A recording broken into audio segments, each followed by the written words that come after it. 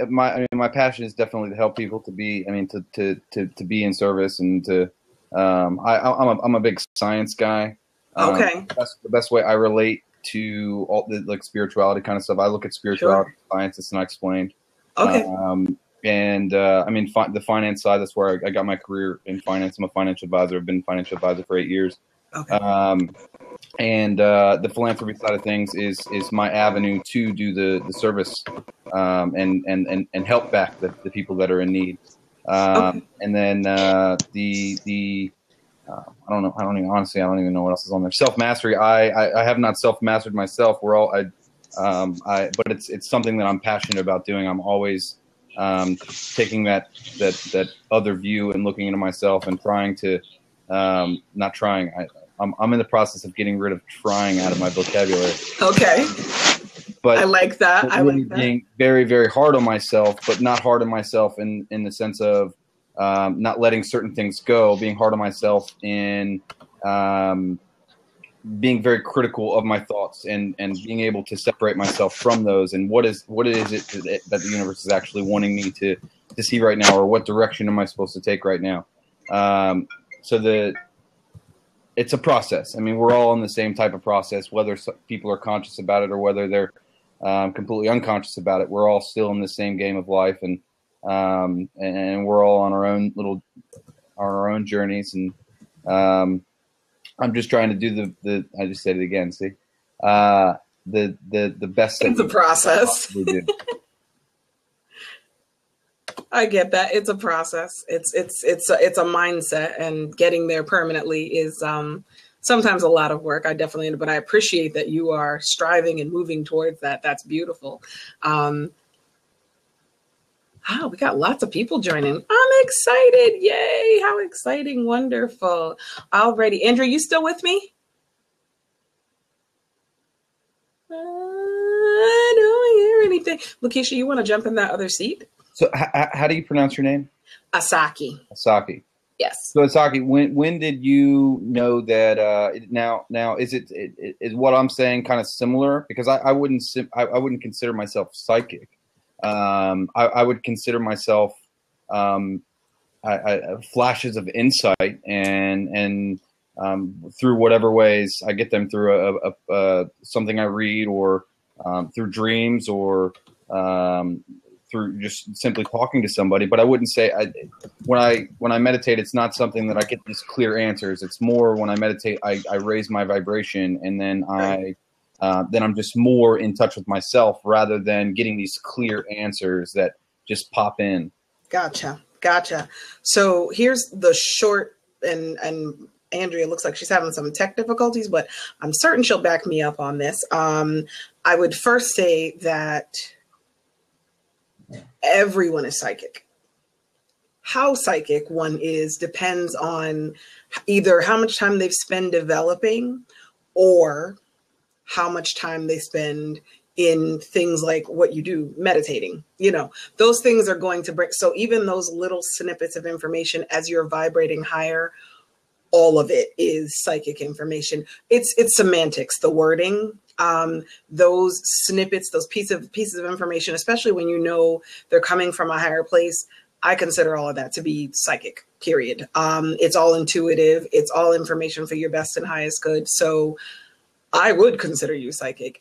You don't necessarily do it for a living. Most of us are, and we don't always know what to label it, or we're kind of careful about the labeling just because we're not doing it in front of another person. Mm-hmm. Andrew's talking about Mercury going retrograde. Yeah, I know. It's one technical difficulty, because I've had the same problem all week. My internet just keeps shutting off.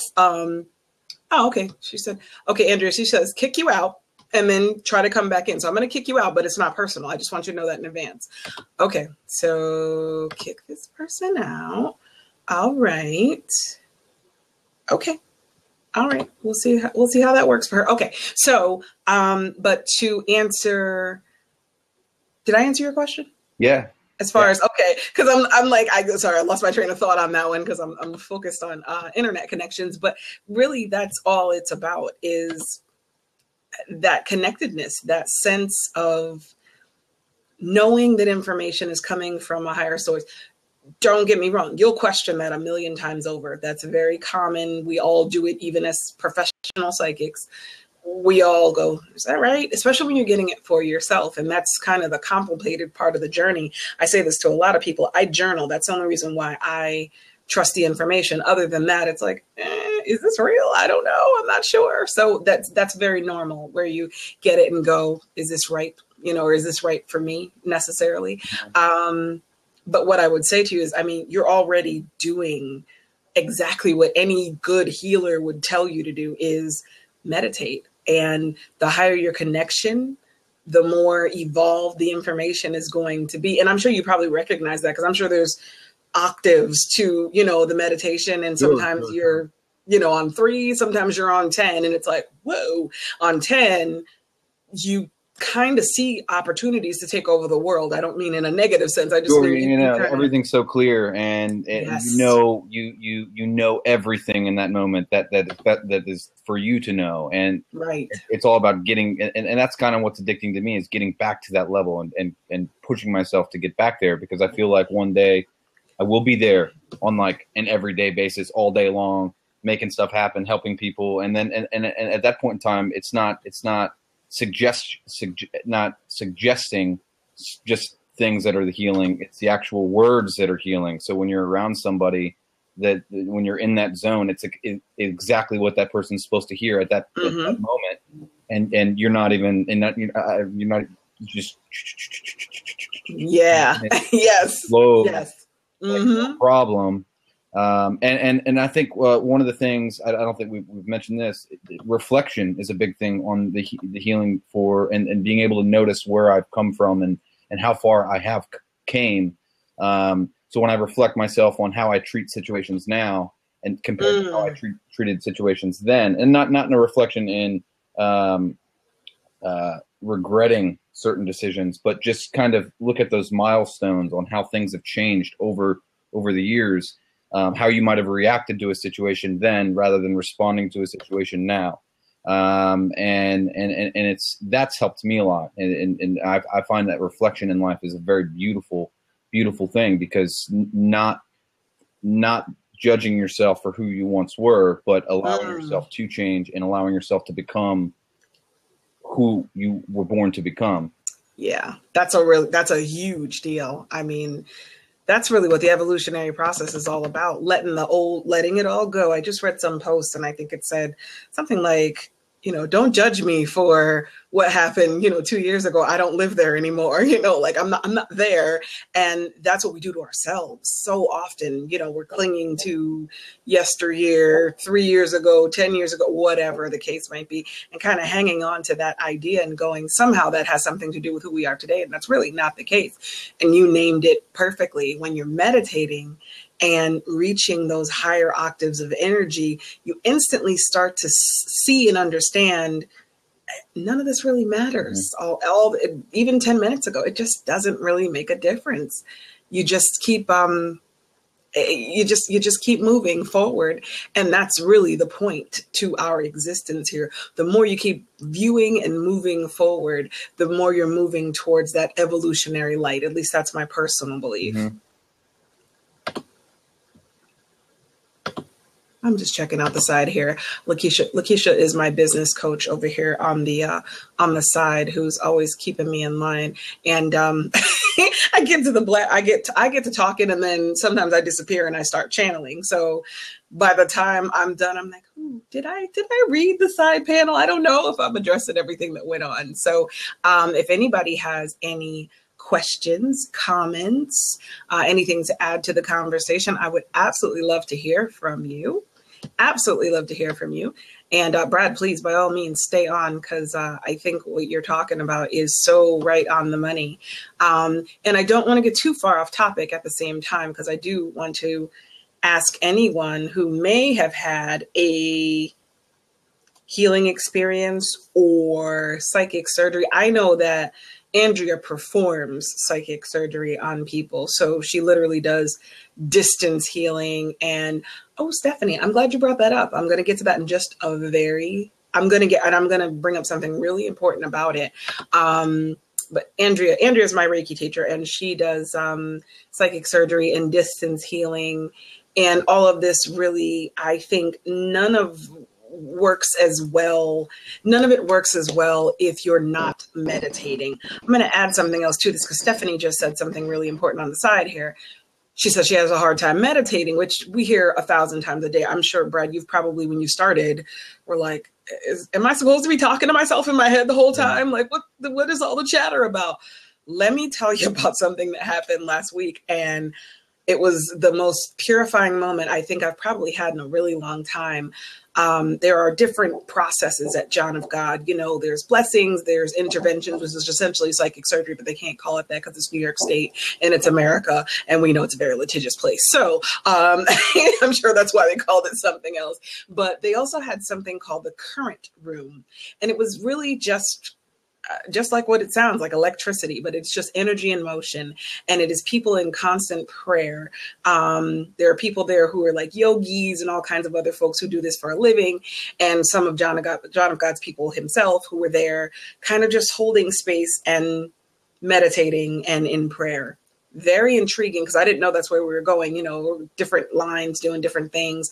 So we get in this room and it kind of blew me away. Oh, thank you. Thank you, Lakeisha. It kind of blew me away. We sit down in the room and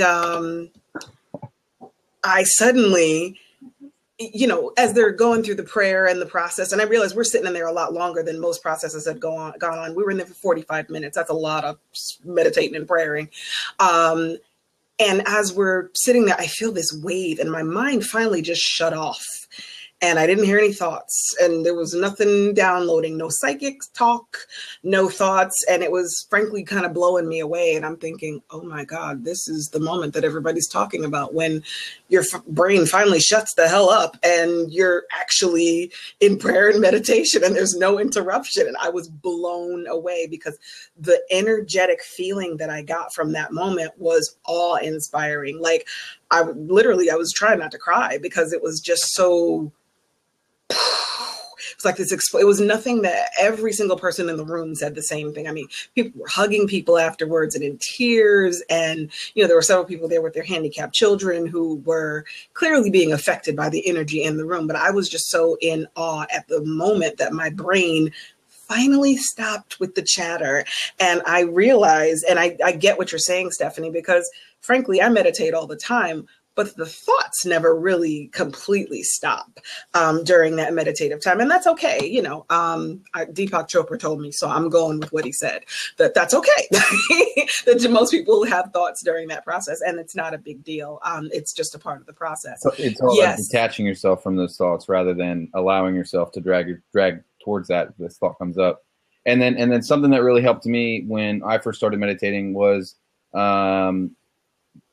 that the silencing your mind is not something that is a requirement of meditating. It's something that it's a benefit that you get from meditating.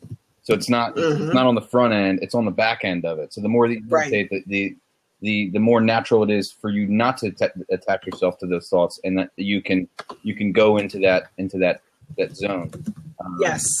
My wife calls it the gap. When you get to the gap, it's like that's where you want to be. I like that. As a matter of fact, I may be stealing that from her. Just let her know. I like that word because that's exactly what it felt like to me. It was like the moment everything shut off and I knew that there was something else coming, and it was a brief second, and then there was this power, this feeling of omnipotence. I don't have another word for it. It was just amazing. And I'm going, oh, and this is the thing everybody's talking about. Okay. I thought I was meditating before, but this was totally, it was otherworldly. It was definitely a different kind of experience. Hello, Debbie Unterman. I have several of my teachers in this room. I love that. So does anybody else want to talk about their experiences, good, bad, or indifferent, about meditation and what they experience during meditation, or better yet, psychic surgery, if you've ever experienced that. Or Andrea, you want to tell us a little bit about what happens when you perform psychic surgery on other people? Because we know you do. I can touch on I guess it's psychic surgery in a sense, but it's involved sacred medicine. I don't know if that's something that you'd want to bring into the conversation now. Absolutely, yes. That's actually incorporated in what John of God does. So definitely go there. Absolutely. So I've experienced with mushrooms as well as ayahuasca. You've done ayahuasca? I have. I've done it 3 times actually. OMG. There's no accidents, and I don't think it's an accident you jumped into this room. It's all everybody's talking about to me these days. It's a pretty powerful experience. And it's really going back to one of the first things that we were talking about is getting out of your way. Yeah. The ayahuasca is pretty much the same thing. It's you're going to have those thoughts like what the hell am I doing? It's like one of the first thoughts. Why am I doing this? Oh my God, what is happening? And then for the first time I took it, drank it, it's very ceremony-like. It's very beautiful. The music is going. They bless the medicine. They bring sage everybody, neutralize the energy, and then it takes after you drink the medicine, you go straight into a meditation, and it's really about process. And this is the way I did it. There's tons of different ways. There's different shamans that have different ways of doing things. But the shaman that I did it with, it's more of an internal, like this time is for you to do it, and not a collaborative experience that everybody obviously shares in the energy that you're around. But it's the way that he suggests doing it is keeping your eyes closed and being completely internal with yourself. Meditate first, and then once it starts to hit whatever your some people have really extremely beautiful experiences, and for the most part they do. But yeah. I realized I had some fear that was right there that my ego's pride wouldn't acknowledge it. I get it. So I didn't think I'm not afraid of anything. I'm ready for anything.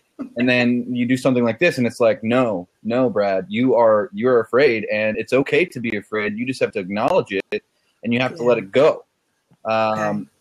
So the first time I was like really, I was very excited about taking it, and then and I don't know if you've read about it, but they'll promise you pretty much 3 things: you'll laugh, you'll cry, and you'll throw up. Oh yeah, and I have friends who just came back from one, so oh yeah, I know puking's guaranteed. It's okay though. I've gotten used to the idea enough. I'm like, all right. And the throwing up is not. It's not something that's like. It's not a typical type of throw up. It's like a purging. You're purging. You have nothing in your stomach, and the next thing you know, you're throwing up ounces and ounces of liquid. Brad, we're both, because Lakeisha's asking me to ask you the question. I was already going to ask it. Where did you go for? This is just a curiosity question. Were you in Peru, or did you go somewhere else? No. Actually, I did that here in the States. Should we be talking about this? I don't know. No. Should I stop recording? I'm totally kidding. I'm messing with you. Tell us more. Because I want to know. So I'm in the DC area. And, really? And that's drivable, Lakeisha. That's drivable. And it's it was all done within 100 miles of DC. We drove out to Front Royal area, rented a house, and we did it out there. And all 3 times I did it.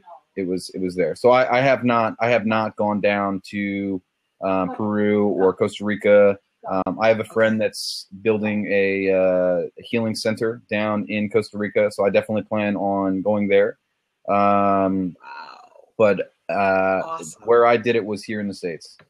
Okay.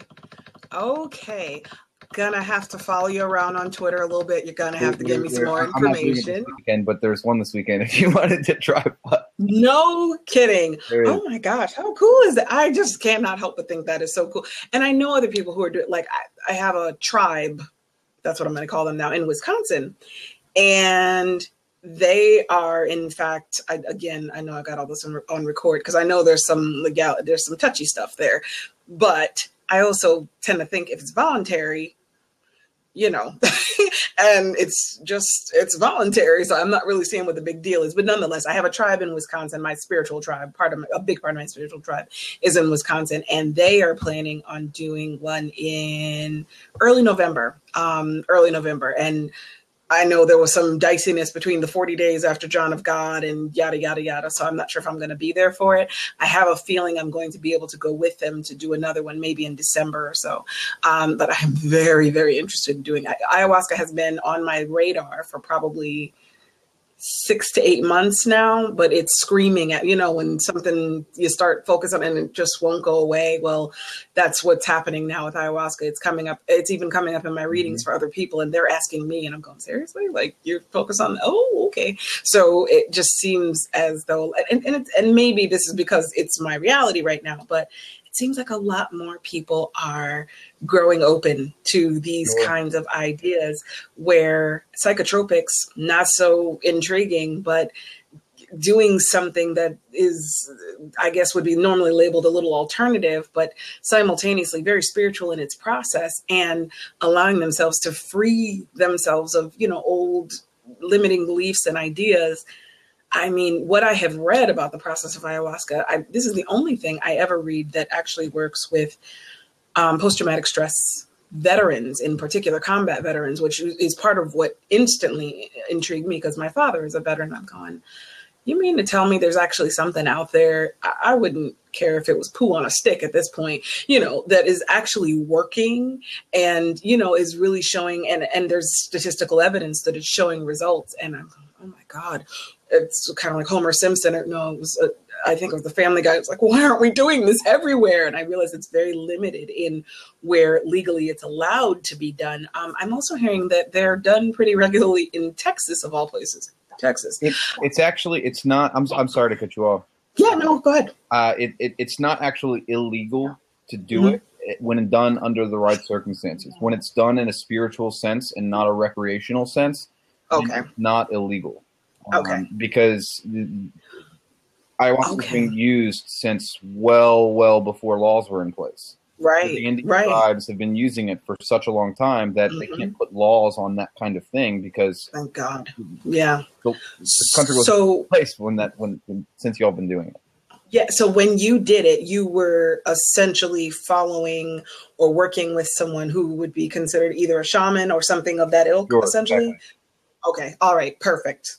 That tells me everything I need to know. Okay. Yeah, we'll all be Twitter stalking you. So tell your wife now. I swear it's nothing inappropriate. We so need information. I am on there, but I do not actively use it. I will say that. If really? I don't use my Twitter much either. You can get my email, and I'd be more than happy to send you some information about it. Okay, that sounds perfect. That would make me very happy. Yes, because we definitely want more information. Lakeisha's already posted it on there like twice. Like, we need that information. She'll take the drive with me. We're Thelma and Louise to one another. So thank you so much. I appreciate that. Oh, that is so awesome, Lakeisha. Look at that. I started a blab and we're going to ayahuasca. Yay! I love it how that happens. So, ladies, gentlemen, everybody else who's in the room, anybody else want to talk about some of their experiences, their spiritual experiences? And Brad, if you have more to add, especially since you've been to 3, tell me, was that over a long span of time or? Within a year. Awesome. The nice. first time was last December. Then I did it in July, and then in September. But I also don't want to tell you too much about it because then I would be doing a disservice to anybody that hasn't done it yet. Because you'd go in with expectations of, oh, he experienced that, she experienced that. Sure. When it really is unique and different for everybody that does it. I get that. What I will say was probably the coolest thing for me, other than ridding myself of a lot of fear, was that there's this state of pretty much losing sense of your entire body, and everything's blended. So any noise, language was pretty much gone, and I could feel like that sense of oneness. which is Okay. pretty awesome. Okay. But also at Wow. the time, pretty scary because I didn't understand it, and you're always trying to have control over things. Right. So that's the most I'd want to say. Okay. I'd want you to. I mean, of course, you read about the experience and about what it might be for you. But I don't want to be the guy that gives you that. Oh, well, Brad said this or Brad said that. I Right. want you to go in and just have your own experience without attached to any of my my personal experience with it. Yeah. Yeah. No, and I appreciate what you're saying. I would probably piggyback on that and say the same of John of God. I was talking to, when I got home, I'm talking to my mom and my aunt. I went out to lunch with them, and my auntie is truly a non-believer in everything. She's just there. She's unconvincible. There's no such thing as psychic. Mind you, this is what I do for a living. And I love her to death. But you know, she's like, please stop it. So I'm explaining to her a little bit about John of God as much as I knew how, you know, to make it make sense. And she was telling me, you know, these very specified outcomes that there should have been. And I thought to myself, well, no, everybody's experience is going to be, so what you're saying really resonates. It's everybody's experience, regardless of what it is, it's going to be really different because we're all on a very different journey. So it's not really for us to question. I was just reading a bunch of articles on John of God after I came home, you know, and somebody who was attempting to evaluate the results of John of God based on what somebody else was experiencing.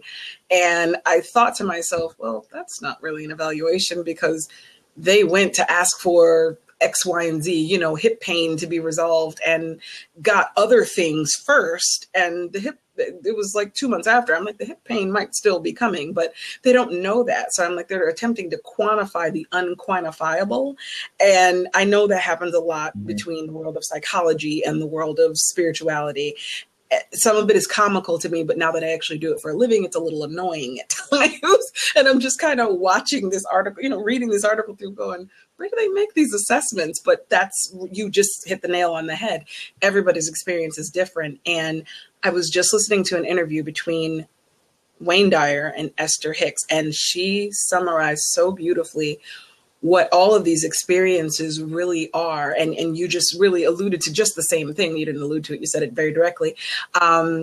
She said to Wayne Dyer, the reason why John of God worked for him was because John of God himself is a healer, really working on the highest of levels, you know, as far as the spiritual plane is concerned. And Wayne Dyer had no expectations or specified outcomes. He wasn't attached to the outcome as though it had to be exactly this in order for him to have change happen. And that's why the change happened. I realize this is much easier said than done, but that's exactly what you're really talking about, is once you let go of these ideas and the fear and the need to control whatever it is, that's when the magic happens. That's when it really because that was exactly what, the minute I finally stopped talking, you can tell I don't do that very well. I'm a talker. I'm a chat, even in my own brain, I'm a chatty Cathy. So once I finally stopped speaking in my head and there was just complete silence, it was like, I could have sat in that room I could not eat, not sleep. I could have still been sitting in that room because it was that magical a feeling surrounding us. And I was just in awe of all of it. And all I could think of was all these massive areas, you know, in the world where it is simply about prayer, you know, these places in the world where people go only to pray. And I thought, well, no wonder people take these pilgrimages, you know, to places in, you know, Jerusalem or Mecca or wherever else, you know, these only prayer happen. And oh my God, well, no wonder, because if you could create that kind of energy all around you, it's like, it's the most magical feeling you can ever experience. And good can only come from it, at least in my estimation. There's no other possibility but good in those moments. So, oh, Andrea, you are still there. All righty, my dear. Hello, Steph. Thank you for joining us. Well, it's been a pleasure to hop on here. Likewise. With you. I'm going to hop off here. Likewise. Thank you so much. You've added a lot. Thank you so much. Oh, you're welcome. Absolutely. And I just added you, so I'll be courageous and pop on another time. Okay, cool. Very good. Thanks so much. You have a great evening. You do the same. Thanks. All right. So Who else wants to jump in the hot seat, people? Don't leave me chatting with myself. I will sing and entertain if necessary. I'm kidding. I'm kidding. So I'm going to, my favorite prayer pattern is, oh, okay. I like that. Stephanie. I like that a whole lot. Okay. So we are talking about a number of different things. And yeah, of course I can feel your energy, Andrea. You know, we're all loop-de-loop connected. Andrea is my Reiki teacher, and a few other people in this room's Reiki teacher. And I have my hypnosis teacher in here, and I have my business coach in here. Wow, it's like a room full of teachers. Maybe I should start asking questions. Oh. No, you're fine. You're fine. You are absolutely fine. So where I started the conversation was really talking about a little bit about my experience at John of God.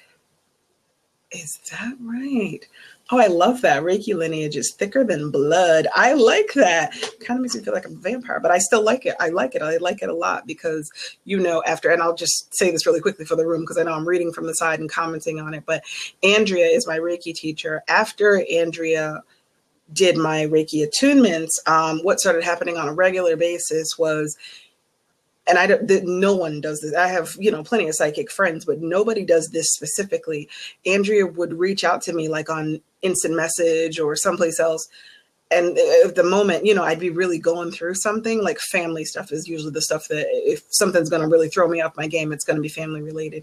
And Andrea would just reach out to me random, like 4 or 5 in the morning. Hey, everything okay?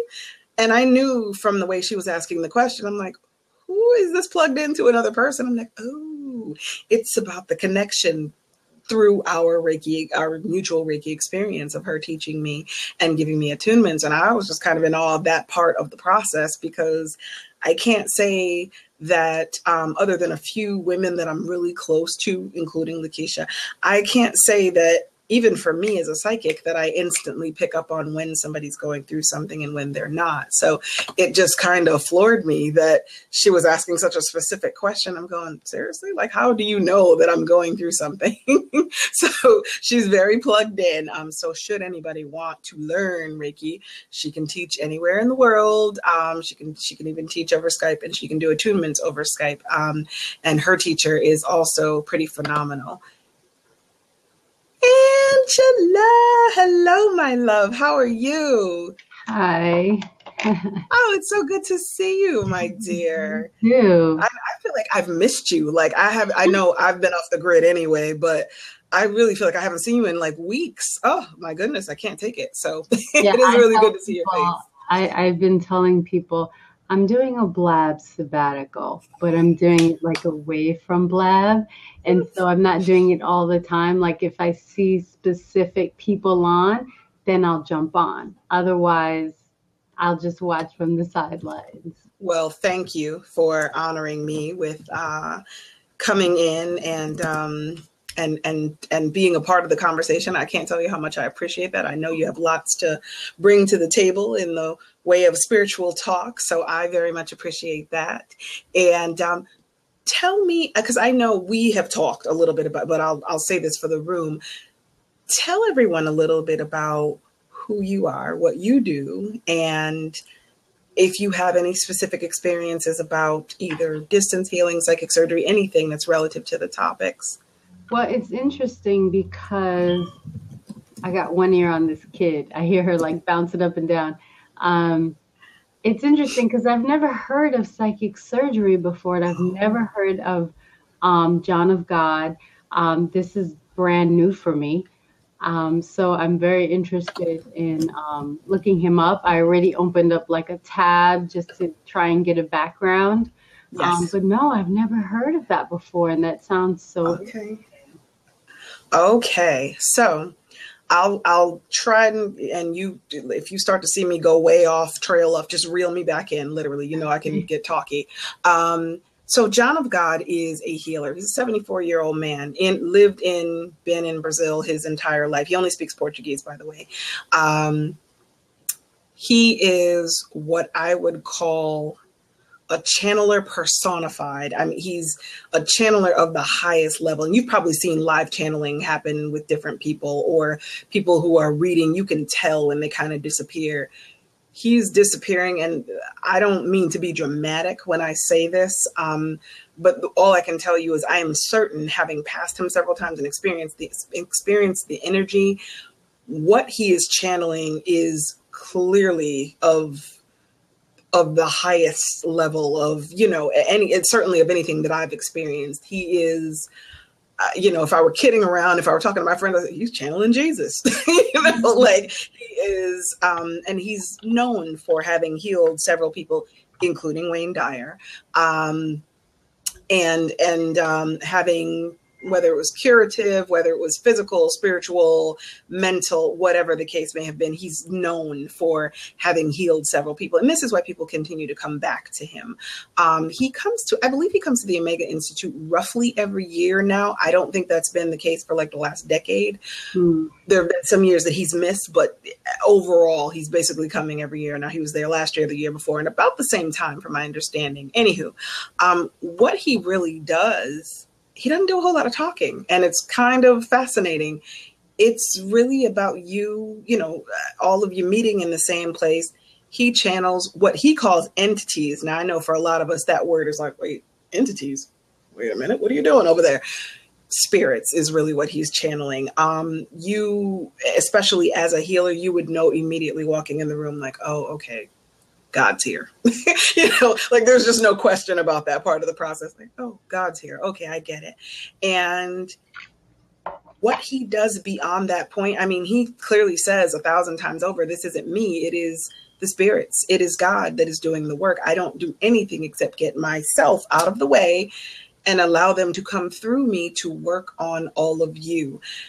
What they do for each person, and we talked about this with Brad already. It's a very individual process. What I experienced, and I'll get into some detail on this now, since I'm kind of getting into the nitty gritty anyway. The first intervention, which essentially means psychic surgery, and the way the staff tell you, it's essentially the entities or the spirits can do up to 9 surgeries at the same time.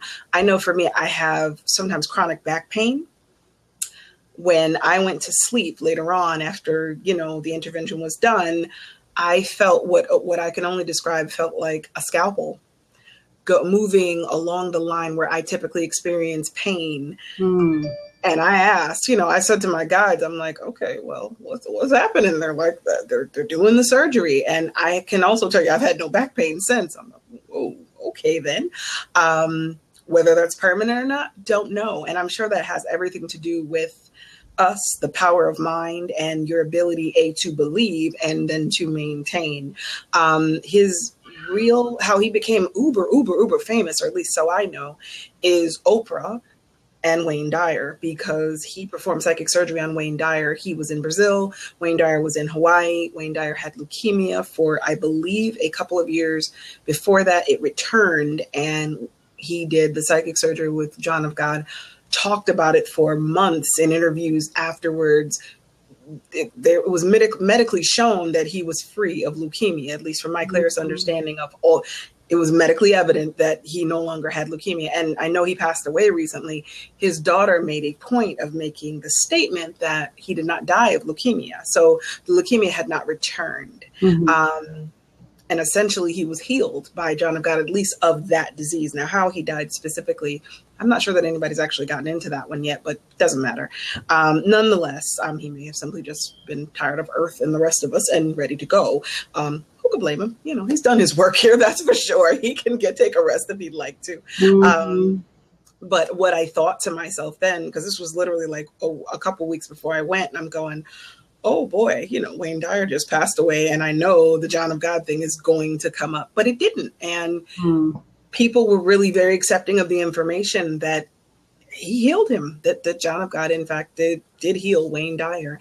And he has always sung his praises ever since. I watched the videos with Oprah when she had gone down and actually interviewed John of God in person. And I don't think a lot of people get the opportunity to interview him. And I could see as she's in the room, and it was the current room, and they were all in prayer, and I'm watching her bawling her eyes out. And she said, I don't know what to tell you about what's happening. I just know something's happening. And that's exactly what I would have said when I left the room. So I can't tell you exactly what this is that's happening right now. I just know it's big and it's real.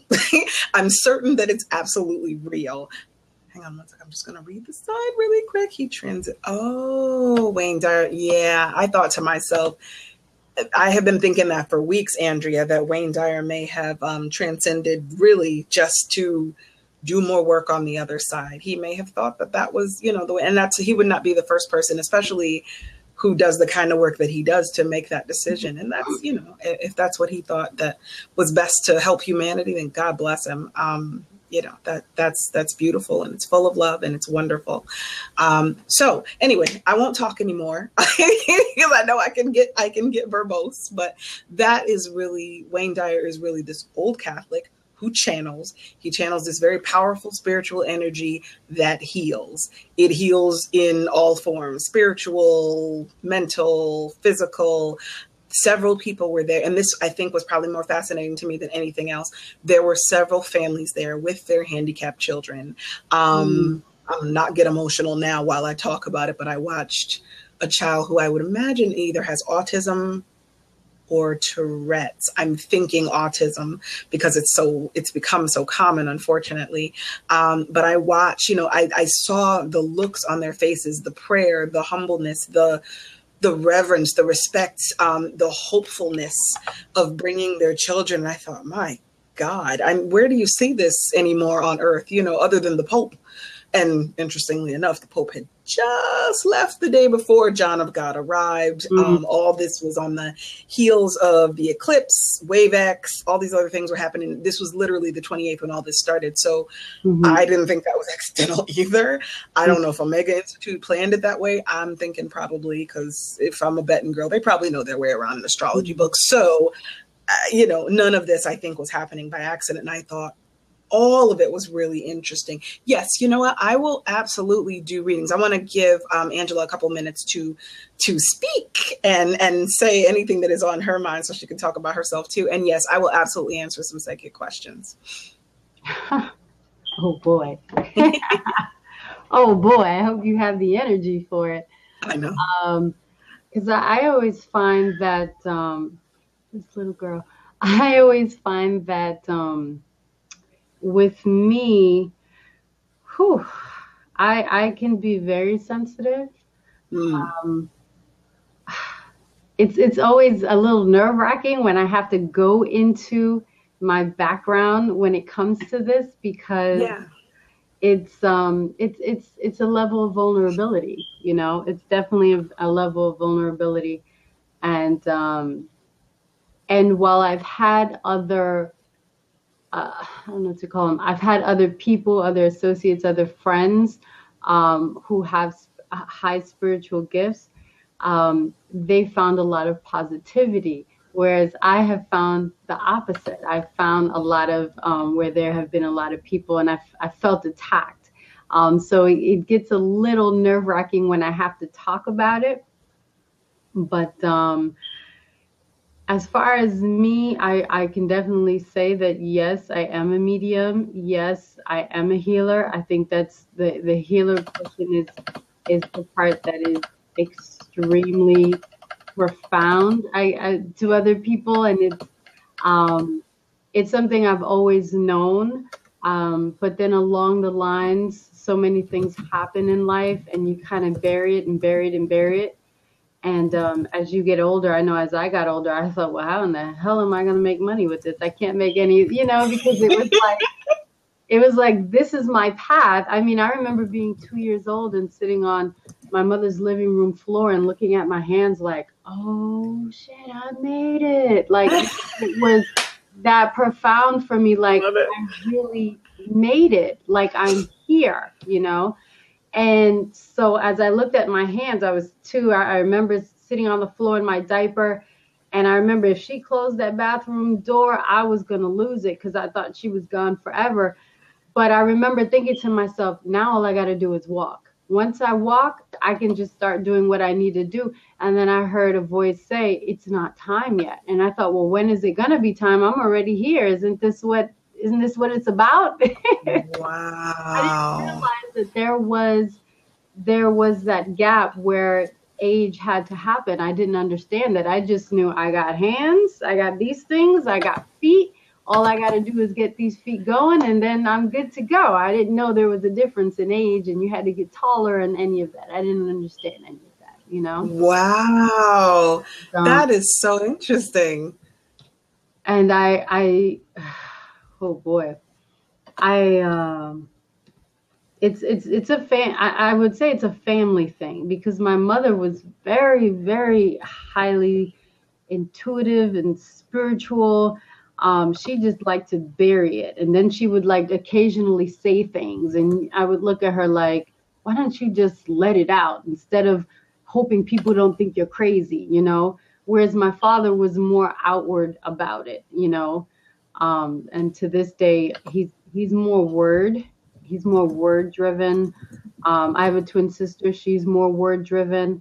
And she's the type where she doesn't like to be surrounded by this all the time, because that's another thing. We're dreamers, and it's like constant. And I asked God one day, I said, why do you keep telling me things in dreams? And the response was very quick. And he's like, that's because when you're awake, you don't listen to me, and you're talking so much that you don't listen to me. And I was like, ooh, okay, wow, that's interesting. Okay. But are you a big baby, Lynn? Yeah.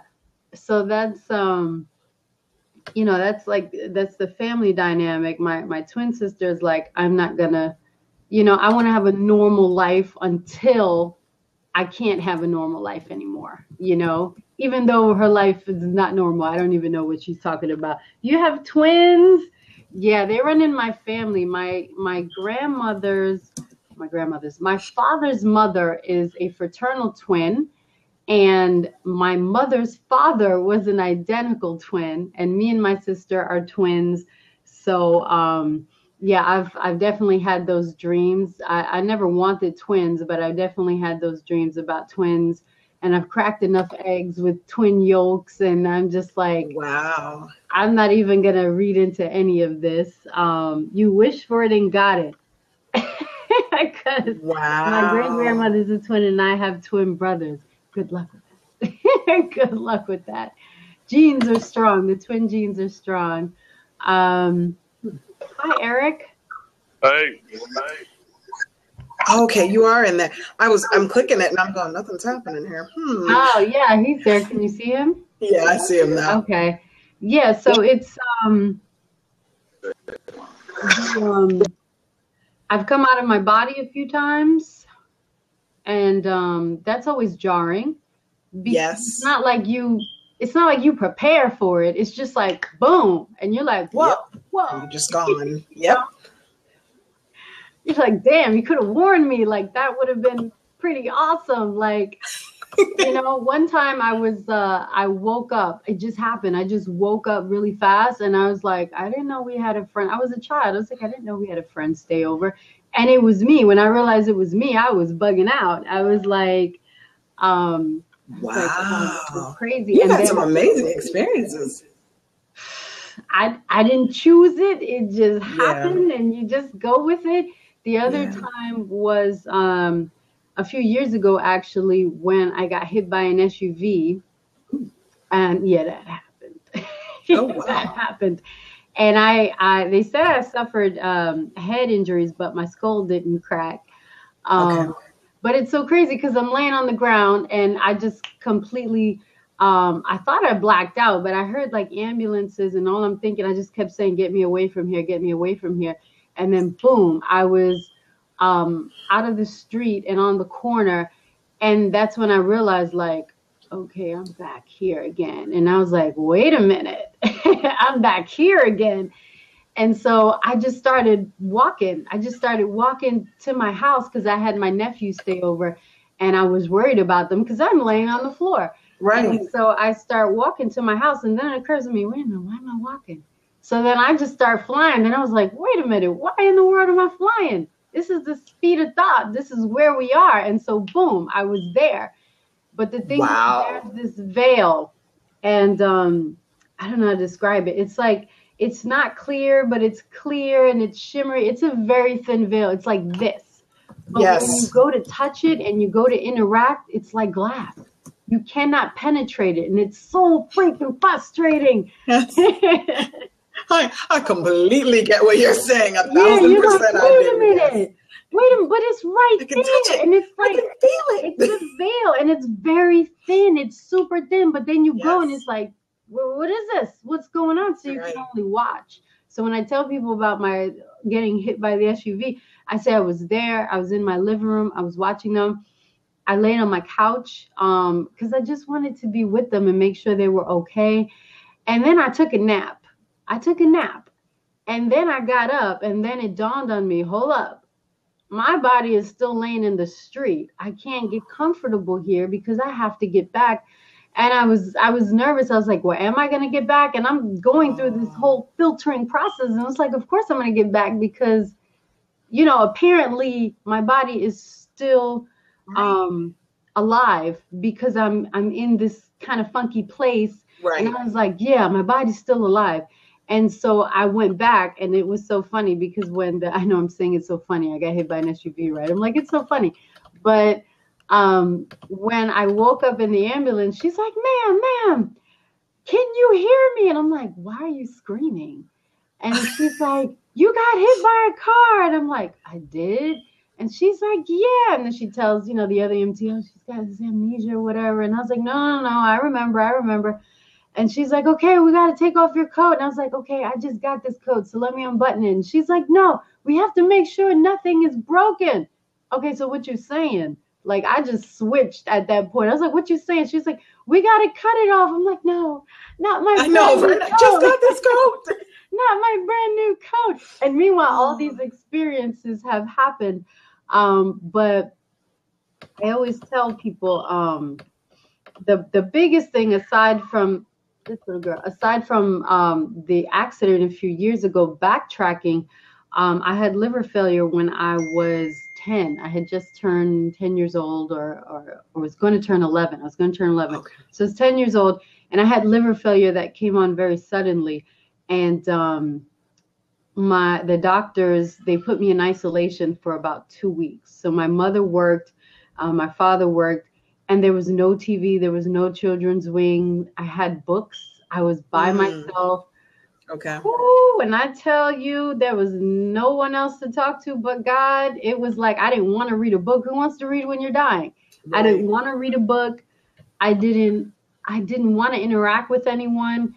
It was just all day and all night. It was like, I'll talk to God. This is what we'll do. This is how it'll be, because if things are going to go that way anyway, this is what I need to cultivate, know? Yep. And then I got moved to another hospital, and then they couldn't figure it out. And then the doctors came in, and my mother and father were sitting, and I was in the bed, and they said, you should really prepare for her funeral, get everything in order. Wow. She has a few weeks. She can see her sisters. And my mother just broke down crying, and my father, he was like, no, I already know, and he's telling the doctors, the whole team, they come in teams. Yeah. And he was like, God said, this is how it's going to go. He said she's going to be okay. And I looked at him and I was like, if that's what he said, and so far it seems like we're getting the same messages here, and wow. So they said, well, how do you feel? And I said, I feel fine. I feel like I'm getting better, actually. And the doctor looked at me and said, well, if that's how you feel, hold on to it. Right. So, when everyone left, I was scared. I just broke down crying by myself. And I was like, I've come this far for a reason. I know it. I feel you. I hear you. Yes. I can't doubt, yes. And, wow. And then, I ended up becoming an outpatient. And then, there's like a whole bunch of time. And then my mother ended up getting sick. Yeah. And then she went through her trials, and then she ended up passing away. And then I was really distraught about that until she visited me and yelled at me for failing in college. And then after that, I stopped missing her because she she came around. And I was like, if you're going to yell at me, I can't miss you the way normal people miss their parents who pass away. And then about 3 years ago, because I still been battling this, it's an autoimmune disease. So my body was fighting against my liver. And so about 3 years ago, the doctor I was seeing, he just put his head in his hands and he just started to weep. He said, you've progressed to cirrhosis. And he's like, I don't know what else to do. And I've read the stats about how many people, pass away waiting for a liver. And I was like, I've read the stats. Wow. I've heard God's voice for many years now saying you have to quit your job. And every job I had, I would not quit, but I kept getting sick. And it was just driving me insane. Like, why do I keep getting sick? I'm trying to hold down a job. I'm trying to live a life the way other people live their lives. I'm trying to build a nest egg. It's just not working for me. I cannot be normal, And so I quit. I had no choice. I quit. Yeah. I changed my diet. I changed the things that I ate. I went vegan. I'm not vegan currently because I see a naturopathic doctor, which is one thing that I encourage everyone to do. Get a naturopathic doctor. It will change your life. Even my current liver doctor, he's not a big proponent on my naturopathic doctor, but I told him, you need to play well in the sandbox because I have normal numbers. Yes. I have normal numbers with you, and I haven't had normal numbers with them, but she's getting me straight. Okay. And so you need to play well in the sandbox or I'll fire you and find somebody else, So I changed my diet. I went vegan. I looked up all these YouTube videos. Another thing was, oh my God, all these things are popping up. Another thing was that before my mom passed, I went to see another liver doctor, and I was on steroids. I've been on steroids up and down my entire life. So it makes you puffy and all these terrible side effects, it gives you, and it doesn't even work. It doesn't even work. And so I cried myself to sleep one night, and I was just so distraught. I was like 15 and I was on this medication. I was so distraught. I said, I'm tired of this. And so this, I went to bed, but then something in my spirit was shaken awake, and I woke up and I saw this beautiful, brilliant angel standing in my living room. She was freaking tall and just big and brilliant, shimmery and luminescent, and she was light and color and spectrum, and she was just beautiful, and she was so sweet, and she told me her name, and I told another woman, I said, I think her name was Ariel, but it sounded like a name, but she was just so beautiful, and my cat had just died. The very first animal I ever bought, and I was just so sad, and she was standing there, and she said, don't cry, Angela. God has heard your cries. He's been with you. And I'm getting emotional. Yeah. That's powerful stuff. When you go to the doctor tomorrow, this is what he's going to tell you. And she laid out everything he was going to say word for word. And she said, you're not going to have to be on that anymore. And, things are really gonna turn around for you. And so she said, go back to sleep and don't worry about it anymore. And after that, when I woke up the next day, went to the doctor, as soon as the doctor started talking, he said, let me go and look at your results. And when he left the room, everything just flooded back to me. And I said, Mom, this happened. The angel came. She said X, Y, Z, blah, blah, blah. She said, I'm not going to have to be on it anymore. She said, he's going to say this, this, this, and this. And she goes, okay. Right. And then the doctor came back and said every single thing, line for line, word for word. Wow. It was like the craziest thing I ever experienced. It was like he did not stray from every word, from the Q and the Z and the A. It was laid out, and he said it, and I was like, oh my goodness. And it was just amazing. So it's just been I was a Make-A-Wish child, my sister and I both. And that was another thing. Everything is just it's like branching. My sister had a baby 2 years ago. Okay, she's okay. My sister had a baby 2 years ago. And I coached her through the birthing process, and I was helping her to breathe. and her liver levels skyrocketed. Her autoimmune disease had been latent and passive. Once she got pregnant and had a baby, it just became active. And so her liver started failing. And they weren't telling her that she was dying. They weren't telling her that. But I knew it. And I said, I feel this happening. I was in that place. I was in school at the time. I completely just stopped going to class. I did research. I was going through my things, and I was looking for a naturopath for her as well. And I found one for her first, and then I started seeing her. And then, of course, everything turned around for her. It wasn't until last week that they told her, you know, you were dying. And I was like, ooh, I don't like those people. But I knew, yeah, you know, so it's just been a really long journey spiritually. I've always been a dreamer like Joseph. There's always been different levels. I feel people. I had this crazy dream. Oh Lord, I can go on forever. The things that have happened, it's just been so like, it's been stressful. It's been amazing. It's been, you know, I was weeping over this Pope that passed because him and Mother Teresa were close. And I was throwing these ashes over my head. And I was crying, but they weren't going behind me. They were going up and they were swirling around me. And it was millions and millions of ashes. And each grain of ash, they were the Pope's ashes. Each grain of ash was a prayer. It was a prayer. I could hear everybody's prayer. Oh, and I love that. I could hear weeping, and I can hear, don't get emotional. I could hear weeping. I could hear everything. And it's like all of my experiences, and there's so much more I haven't mentioned, and they're just here. They're just here, you know? And even sleeping at night, like I don't sleep with the TV, with the TV off or no sound. I did that one night. The TV went off. I had my ex-boyfriend's grandfather bringing all of these people, and I hear them tell my mother, tell my brother, tell my sister. And I'm like, look, homie, I got bronchitis. I just got to sleep. Right now. Like, this is just too much, you know? And I was like, yeah, you know, I had entertained him for a while, you know, because I liked having him around. But I was like, you got to go. Like, you have to go, you know, because I'm not feeling well. But it can really be overwhelming. It's beautiful. Yes. It's beautiful. It's real. This feels like the Matrix all the time, you know? Yes, absolutely. You're like, when? I can't do this no more. I'm getting anxiety. Why are you doing this to me? But it's beautiful too. It's like that beautiful struggle. Like, I'm here. I know why I'm here. I know, oh, girl, I got to tell you this one. You have to hear this one.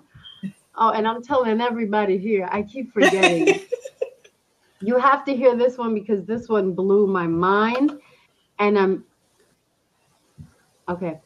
really feeling like you have to hear this one. This one was go ahead. Oh my goodness. I went to bed one night and I woke up. Of course, again, you know, there was a shaking in my spirit. I said, something changed, something shifted. I went into my living room. I look up, I'm looking at the ceiling. I'm like, something's different. Ceiling opens up. It was like space, the heavenlies. And I'm like, wait a minute. And my heart's going, boo, boo, boo, boo, boo, boo, boo, boo. And I'm like, wait, okay.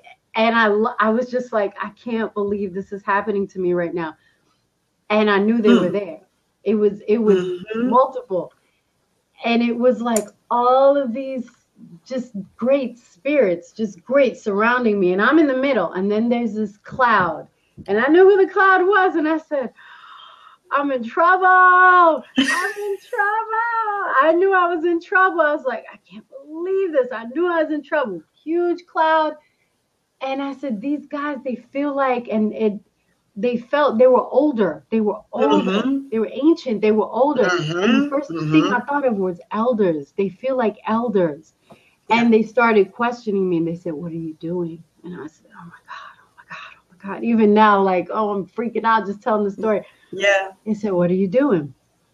And I said, what do you mean, what am I doing? And they're like, if you don't get yourself right, if you don't get this straight, this is what they said, girl. We are pulling you out. I said, what? Yeah. Whew, we are pulling you out. I said, no.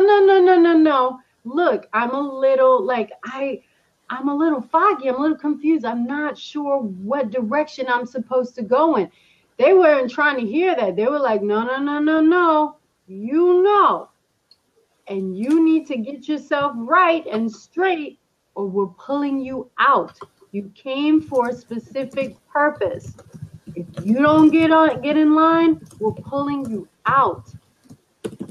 And the cloud is still in the middle. And I said, oh my God, I can't believe this. Like, they're not playing any games.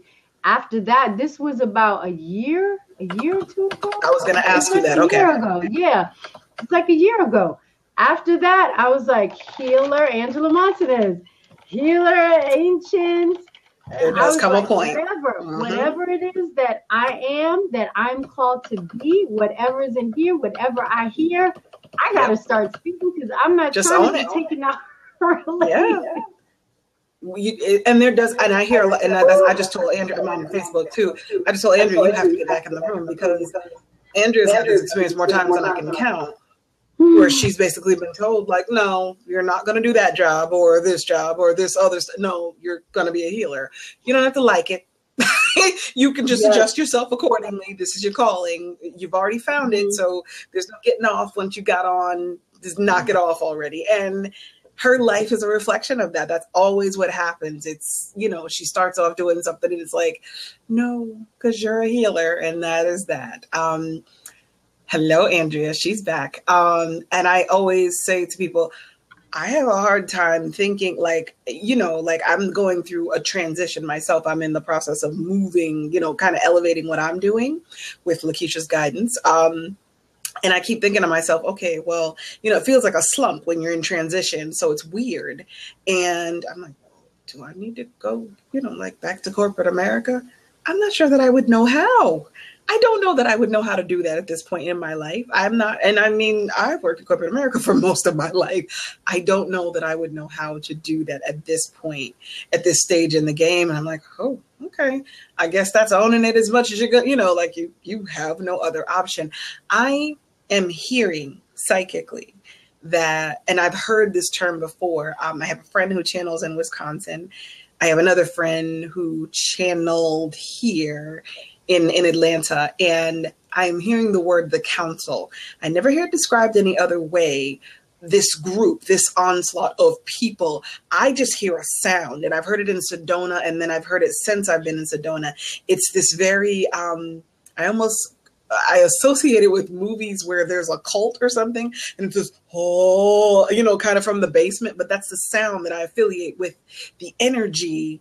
And it's just the council. It's this giant group of people. And I'm saying people, I'm using that word loosely, that term loosely, but these energies that are ancient. And they're just that. They're ancient. They're old. They have opted not to come back in bodies. They ain't that interested in being human anymore. They're just souls. And they exist out there, and they're huge. Each and every one of them, they're just massive. And the way they speak is just like the way they talk. You couldn't channel them and ask questions about, your boyfriend or your girlfriend or your money. It's not that kind of thing. It's, I wouldn't want to. Exactly. Yeah. It's like, no, that's not what we're here for.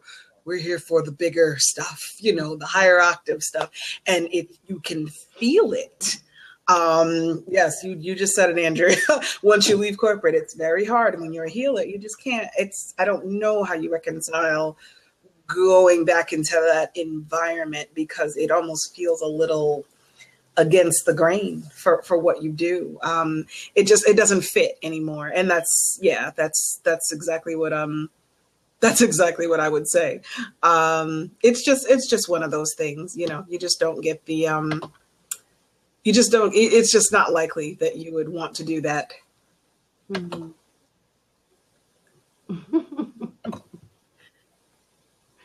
It happens. It happens. Yeah, I'm just making sure we have a nice peaceful room here. Anywho, but yes, you everything you just described, and it was so on, and I can't, you tell me if I'm crazy, Angela.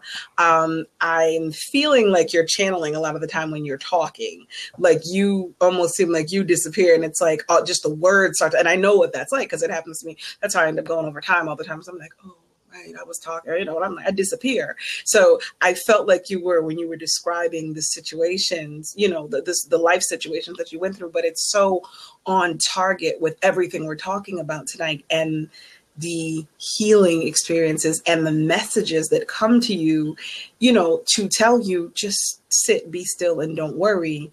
It really is under control, because that's what John of God's talked about. I haven't heard somebody mention God so much since John of God in a long, long time.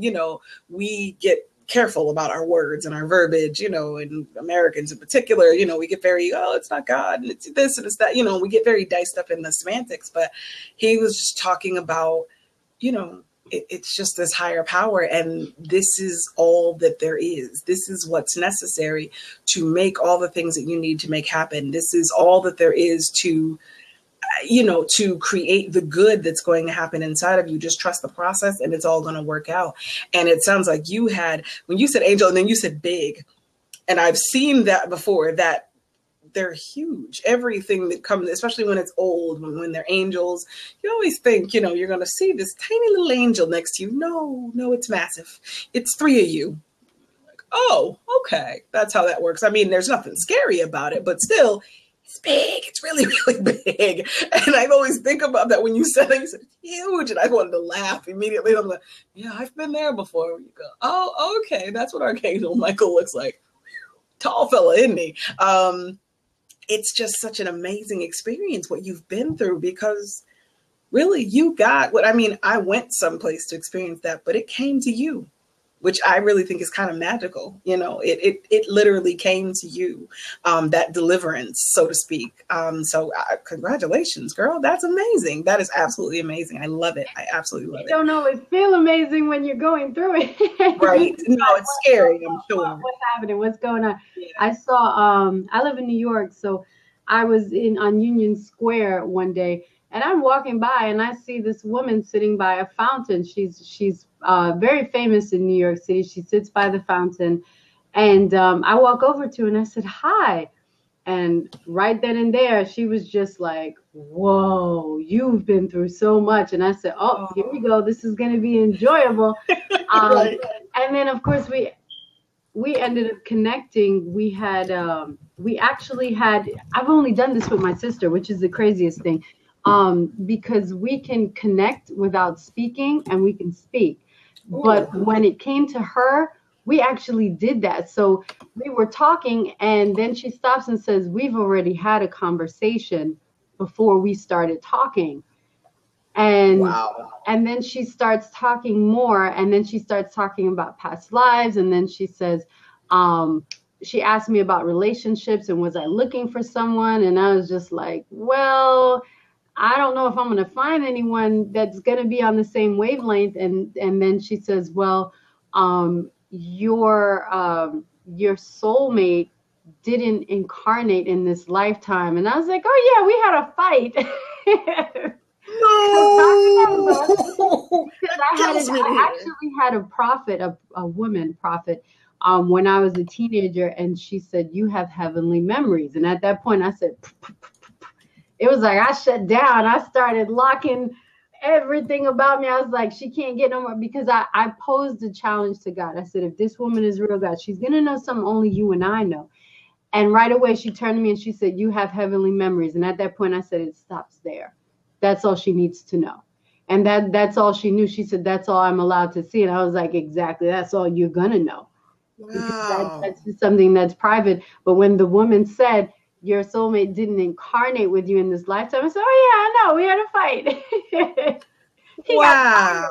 And I took my sister instead. I said, I'm bringing her if you don't want to come. We had a fight. But I didn't realize that I was going to feel as lonely as have been feeling. Like, damn, I didn't realize it was going to feel like this, Yeah. Oh my God. Now I have to ask. Now I'm going to have to do a past life regression. That's right. Debbie will teach me. We'll work on that, Debbie. We'll work on that together. Debbie's my hypnosis teacher, so we'll do a past life regression. I need to make sure that I didn't leave my soulmate in some other existence, because that's not going to work for me. Not at all. You like that? Like I have some control. That's not going to work for me at all. No. We can't have that. No, I have ma'am. to pop out really quick because I hear. No problem. No problem. It's no problem. No I'll problem. be back. Okay. All right. Alrighty, darling. All right, ladies and gents. So in the interest of fairness, because I don't ever want to keep people forever, I know I always say 7:30 to 9 o'clock. It is the bewitching hour. It is actually 9 o'clock. Oh, Saturday will be Intermate Day. I love how all this comes together. Yay. So with that said, I am going to at least stop the recording. I am going to stay on for a few minutes if anybody else wants to pop back in and add to the conversation. I'm also going to post where you can find me. This is a link. Should you be interested in getting more information from me, whether it's my blog or just the Blab topic conversations, I do this once a week. It happens every Tuesday night at 7:30. So I look forward to seeing everyone again. I love the audience that we have attracted in. I'm hoping to see many more faces as time is going on. I definitely want to continue the conversation. But please feel free to opt in on my page there, and we'll continue the conversation in my Facebook group. And we will also be back next week with another topic. And we're going to talk next week about being empathic. That is something that most people can relate to in this new age of Aquarius. We're going to talk a lot about what it means to be an empath, what it feels like, what people's experiences are like, because some are really good and some are like, oh my God, I'm in pain.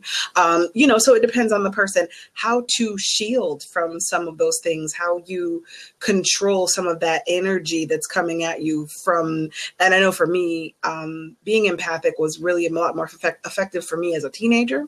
So I went to the grocery store and I took on everybody's energy and everybody's emotions, but you're very raw as a teenager. So that's just kind of how it works. So anywho, that is what we're going to talk about next week. So I look forward to seeing everyone, and we can talk more about what that means and what it means in this current era of energy and how things are shifting and changing and all these other wonderful topics. So for anybody who is time limited to 9 p.m., I definitely understand that. I'm going to stop the recording. Again, if you click on my link, which I am again posting, you can get continual information from me, including what the topics will be in every blab and these kinds of things moving forward. All right.